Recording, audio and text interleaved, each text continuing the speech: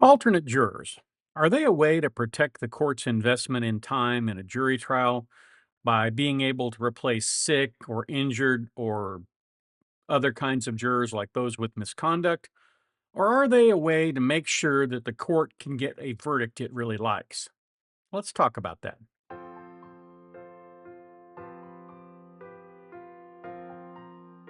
Hi, folks. Tony DeWitt again with another video on the law.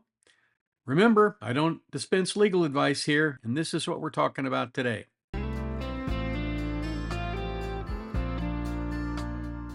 Several months ago, this case popped up dealing with the Sixth Amendment, and at the time, it was an embarrassment of riches, and I didn't have the ability to get to it right then. So, we're going to talk about it today, but first, let's talk a little bit about the Sixth Amendment. The Sixth Amendment to the Constitution guarantees the right to a fair trial, which includes the right to an impartial jury. That right is fundamental to the American legal system. It ensures that defendants are judged fairly and without bias. Here's an explanation of how courts apply this right. How the court ensures an impartial jury is generally through jury selection. Now, in state courts, jury selection is usually more intense and usually more in depth than it is in the federal system. In the federal system, judges tend to take immediate control of the voir dire process. They'll go with the jury for sometimes an hour or more, and then they'll turn it over to the prosecution and then the defense, and each side will get about 20 to 30 minutes to go further with these jurors. Contrast that with what courts like the courts in Missouri say. The court says that in Missouri says that you have the right to go to the bottom of a juror's belief system. So you can do some pretty in-depth questioning of an individual juror if they indicate they might have problems being fair. That right doesn't really exist in the federal system. Attorneys for both the defense and the prosecution, as well as the judge, participate in this questioning, and they call it voir dire because voir dire means to speak the truth. After that, you get two kinds of challenges. The first is a challenge for cause, meaning that person has said something that is just a disqualifying factor. Like they say, bring that guilty so and so in here and we'll give them a fair trial. That's going to get you thrown off the jury. It'll probably get you cited for contempt of court because nobody thinks that's funny, except me when I do it on a video. Causes might include personal relationships with the parties in the case or prior knowledge of the case details. But prior knowledge of the case details is often hard to escape in today's media heavy society. So, generally speaking, you have to have formed an opinion about the guilt or innocence and not be able to be objective about it. And if that's the situation, then you have to be excused for cause. The second kind of challenge is called a peremptory challenge. Each defendant has a limited number of peremptory challenges, which allow them to dismiss potential jurors without providing a reason. However, they can't get rid of a juror on the basis of race or gender or some other protected characteristic. In other words, if you could be sued under Title VII for it, for discrimination, you can't dismiss a juror on that basis. That was established in a case called Batson versus Kentucky. Now, this is the case of the United States of America versus Russell Lucius Lafitte. I guess that's how you pronounce it, Lafitte. Maybe it's Lafitte. I don't know. The Lafitte case was a case that arose out of the Murdaugh saga in South Carolina. You all probably remember that trial and the histrionics that went on after that. Again, the court does not ever bury the lead. This is Judge G, and he says Russell Laffitte appeals his convictions for bank and wire fraud in violation of 18 U.S.C. 1343 and 44. He appeals the district court's denial of his motion for judgment as a matter of law and two motions for new trial. We vacate Laffitte's convictions and sentence and remand for a new trial. And the basis for that is going to be under the Sixth Amendment. The government alleged in an indictment that he used his position as the chief executive officer at Palmetto State Bank to help Alex Murdaugh. Basically, they were allowed to make misleading statements and omissions. Murdaugh requested that Lafitte serve as a conservator or personal representative for the settlement accounts of multiple clients. If this is a terrible thing to do, because the conservator although they are under court supervision, they're not under the direct supervision. They basically get supervised once a year. But that's what happened. Murdaugh went to him and said, "Hey, I'm going to put my money or my client's money in your bank, and you're going to loan me money from it." And that's what happened. He allowed himself to collect $450,000 in fees, which is a ton of money for managing money that probably didn't put out that much in income. And he extended 16 unsecured loans worth approximately $960,000 to Murdaugh. And of course, we know what happened to those loans.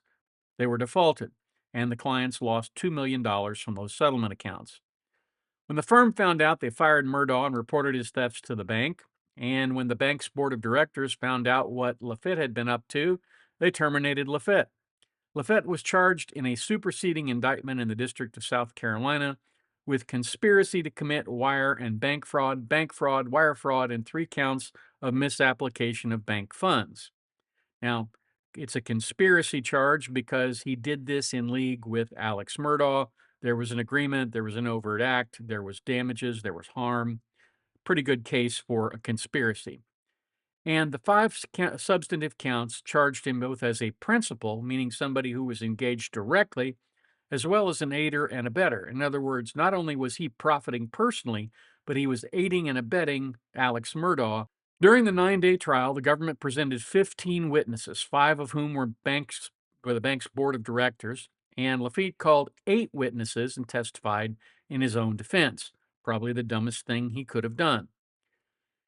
When his sister testified, he wanted to get her to testify about how the board members of the bank wanted to sell the bank. Well, the district court wouldn't let that in, and he said basically, the memorandum that you're talking about is not coming in, but you can ask the witnesses about the possibility of selling the bank, and you can also reference their motivation to testify during closing argument. After closing arguments, the court's instructions to the jury, the jurors began deliberating at 10 o'clock in the morning, 10:22. At around 7:45, so roughly 9 hours later, the court summoned the parties and the counsel to the courtroom to disclose the receipt of 2 notes from juror 93. The first note stated, "Need antibiotic at 19:20. I can delay 1 to 2 hours." It was signed by juror number 93. The second note, "Feeling pressured to change my vote," and was signed by juror number 93. After reading both notes to the parties, the court said that it was his instinct that we have alternate jurors and we should get to a verdict.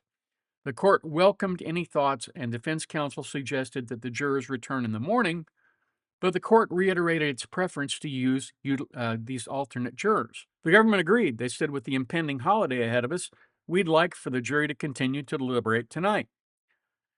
Echoing the government's concern, the court explained, "I could just tell you right now that if we tell people they have to come back tomorrow, I don't think that's in anybody's interest." Now, keep in mind, this is in November. It's right before Thanksgiving. At that point, the court received 2 additional notes from the jury. One of those was signed by multiple jurors, and it read, "A juror's previous experience is influencing that juror's ability to discuss the trial in a group setting. That juror has made comments about having been bullied as a juror on previous trials and will not consider the evidence in this trial." So then the other juror said, that was juror number 88, and it said, "Your Honor, can you please call an alternative, as I am experiencing anxiety and unable to clearly make my decision." Under her signature, juror 88 wrote she could provide more information as needed if necessary. A little redundancy there. After reading the jurors' notes to the parties, the government contended the court should put 2 alternates in to replace those jurors. In response, the district court reminded the parties that there are 3 alternates for a reason, and it's unclear whether the notes raised issues with 2 or 3 jurors. The government proposed that the person with the medicine should be allowed to go home and the person who cannot follow the law should be struck for cause. And again, that's a valid reason to strike somebody for cause if they can't follow the law. The court counseled caution for the juror who was allegedly not deliberating, saying, "I can't let a juror be bumped out one way or the other who says, 'That's not accurate, I'm not fully participating, they just don't agree with me.' That's not a juror I remove. I mean, I tell them in my charge to hold your convictions." So the court says, let me go talk to the people and we'll see what happens. And the government says, well, with the consent of the parties, we're going to go set up a place where I will take a court reporter without anyone else present but the court reporter. I'll create a record, and my deputy and my court reporter and I will ask the juror if there's a problem. So both parties consented to this action, and the court directed the courtroom deputy to ask the jury foreman to identify the juror number of the juror referenced in the third note. Upon her return, the courtroom deputy informed the court that the parties and the jury foreman did not know the juror's number, but she stated she would get her number from the name. Before leaving the courtroom, the court said, okay, I'm going to go take action. Fair enough. Everybody happy with that? Well, the problem is what he actually said before that was that he was going to create a record, that he was going to ask what was going on and see what happens with that. Now he says he's going to take action.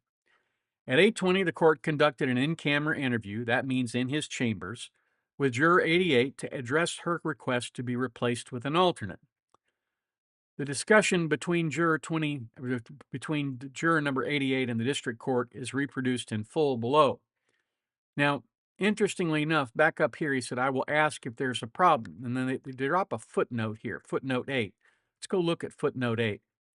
Throughout this exchange, neither the parties nor the court knew who was referenced in the note from multiple jurors claiming that one juror was influenced by prior experiences and would not deliberate. So they don't know who this gal is. They find out. You're juror 88. Yeah, you can take your mask off if you feel more comfortable. You want to share anything with me. Juror number 88 says, give me a minute. The court says, take your time. She says, I'm very proud to do this, thought I could do this, but I've made my decisions and I started to feel very anxious due to some of the reactions to my decision. The court said, well, do you feel like you can perform or do you want me to replace you?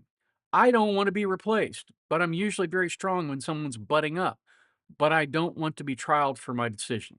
He says, well, whatever decision you make is your call. Yes, sir. Are you able to perform your duties as a juror? At this point, no. I'm going to honor your request to replace you then. So that's what happens. The court dismisses juror 88 sua sponte from the jury without notice to or opportunity to be heard from the parties. That's the key mistake that the court makes. The district court intended to sit down with the alleged problem juror 93 up to the same procedure used with 88, but he found out that she'd already left. So she was excused from the jury. At 8:27, the district court returned to the courtroom and informed them that the juror in need of antibiotics had been excused and the juror experiencing anxiety, number 88, had been replaced. The court explained that in the in-camera interview, she asked to be relieved and she wasn't able to go forward. I removed her, I relieved her, I granted her request for an alternate. I just basically said to her, tell me, can you do your duties? And I can't do my duties. She got medication issues herself, anxiety issues, and I relieved her. The court did not read back the in-camera interview or provide any further explanation. And based on the removal of jurors 88 and 93, the court explained and outlined the issue in the third note that a juror's experience was influencing his or her decision to an ability to serve on the jury. So, Lafitte's counsel objected not to the juror that was replaced for medication, but to the removal of the second juror that was replaced with anxiety. The court said, well, she was emotionally very fragile, could hardly speak, was shaking, was on anxiety medicine, was not physically capable of going forward. The jury, which now consisted of 10 original jurors and 2 alternates, was brought back to the courtroom. After the jury's instructions, the jury was excused to return to the jury room at 8:33. At 9:30, they brought back a verdict. At that point, defense counsel Matt Austin again noted that his co-counsel, Bart Daniel, had objected to swapping out the alternate and explained that it was akin to moving for a mistrial. The court expressed surprise at that and basically denied their request for any relief, mistrial or otherwise, and said, basically, we've got a verdict, we're going with the verdict. So Lafitte was sentenced to 84 months in prison in order to pay $3.5 million in restitution. Now, the first claim they make is that the court erred by excluding juror affidavits. This is an absolute loser right here.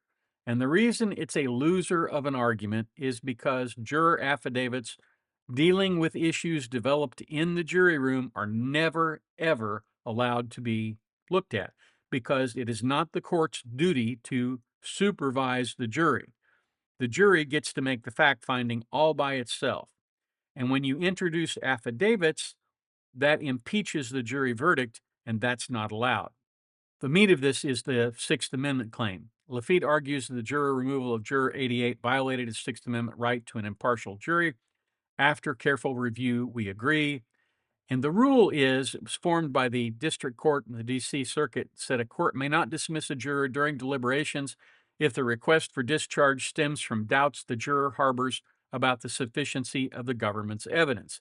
If the record evidence discloses any possibility that the requested discharge stems from the juror's views on the sufficiency of the government's evidence, the court must deny the request.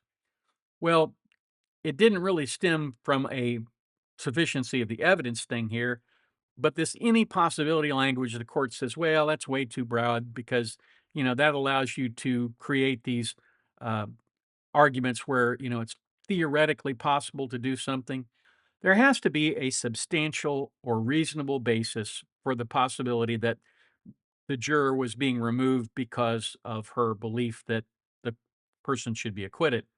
So, applying those principles to Juror 88, they find there was that reasonable and substantial possibility, and they reverse the convictions and send this back to the district court. He'll have to be retried. It's a good decision. One of the reasons that it's a good decision is because you always want people to have a fair and impartial jury. You don't ever want somebody to be tried by a jury that's already made up its mind. And the fact is that once you replace a juror with alternates, you have to begin deliberations from the beginning. And of course, that doesn't look like what they did. It looks like what they did was they said to the new jurors, "Hey, we all agree this person should be, uh, convicted. What do you guys think?" And I guess they had 30, 45 minutes worth of discussion, and they came back and said, "Yeah, we got a verdict." And again, that's not how that system is supposed to work. It's a good case. It's a good opinion, and you can find it on the Fourth United States Circuit Court of Appeals website. It's a November 2024 opinion. That's what I have for you today. Thank you very much for being here. Catch me down here at the beach in a couple of weeks when I get back from Greece. Thanks for watching my video. If you have a request for me to cover a topic, please send me an email to the address above, and in the subject line put video request. If you have comments, drop them in the comments down below. If you found the content worthy, please consider subscribing. Since I started doing this work, I have always asked listeners to consider doing just one kind thing every day to make somebody else smile or make their life better in some way. Please consider doing that. It makes the world a better place. Now, YouTube has some suggestions for other videos of mine you may find interesting.